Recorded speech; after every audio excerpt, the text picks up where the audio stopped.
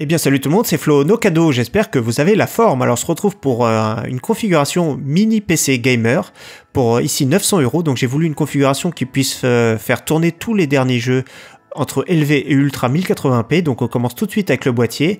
Une fois n'est pas coutume, mais en premier le boîtier c'est important parce que ça va être la base de cette configuration là. Donc c'est du Cougar, c'est une marque allemande qui est très récente, qui est très bonne qualité. Cougar pour 51 €, le QBX CAS. Il y a la version normale QBX mais qui est pas tout performé ici en nid d'abeille. Donc ici c'est pour avoir une meilleure ventilation, donc ça va être vraiment adapté au gaming. Vous voyez, il a eu pas mal de récompenses.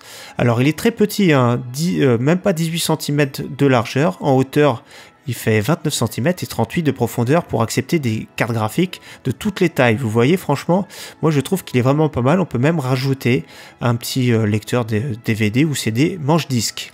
Alors on passe à l'alimentation. Cooler Master G450M pour modulaire, donc 450 watts. J'ai exactement la même moi en version 550 watts, donc 80 plus bronze. J'en suis vraiment satisfait. Elle est assez silencieuse, c'est pas la plus silencieuse du marché.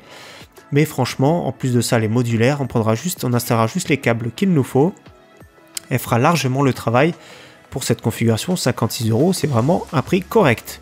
Le processeur pour du milieu de gamme gaming, c'est impeccable. Il n'est pas overclockable parce que j'ai pas voulu un truc surpuissant dans une petite tour comme ça chauffe beaucoup plus. Donc voilà, on reste sur du milieu de gamme, on reste raisonnable. Un i5 7500, c'est une valeur sûre. Le 3,4 GHz, franchement, c'est peut-être un petit peu cher. Si vous trouvez le i5 6500 à genre 170 €, prenez plutôt l'ancienne génération qui est presque aussi bien.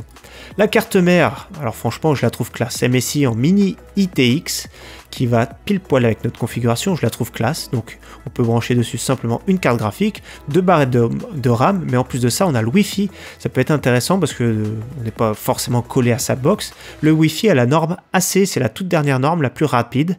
En plus de ça on peut rajouter des disques durs format M2, et vous savez les tout petits disques durs.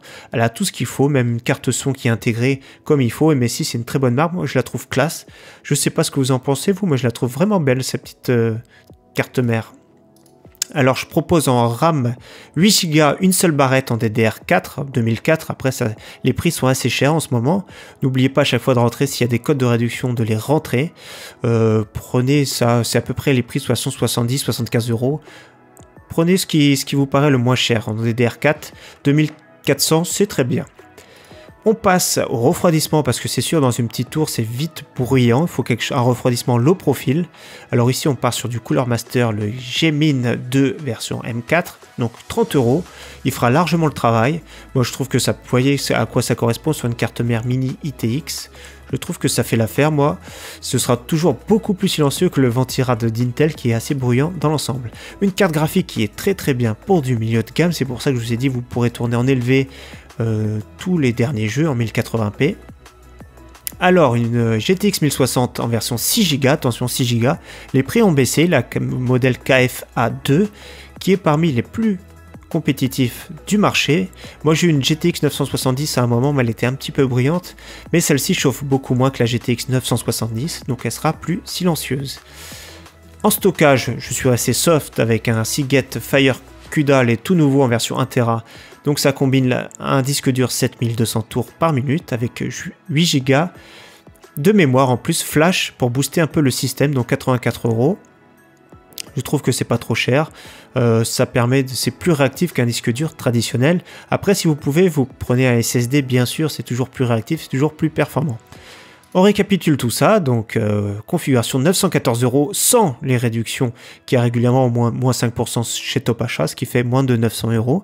Donc nous avons un Core i5 7500, la carte mère MSI B250 en version micro ATX, 8 Go de RAM avec une barrette, le petit refroidissement Cooler Master, la GTX 1060 6 Go, un disque dur d'1 Tera Seagate, le boîtier Cougar et l'alimentation Cooler Master. Donc que des produits de qualité.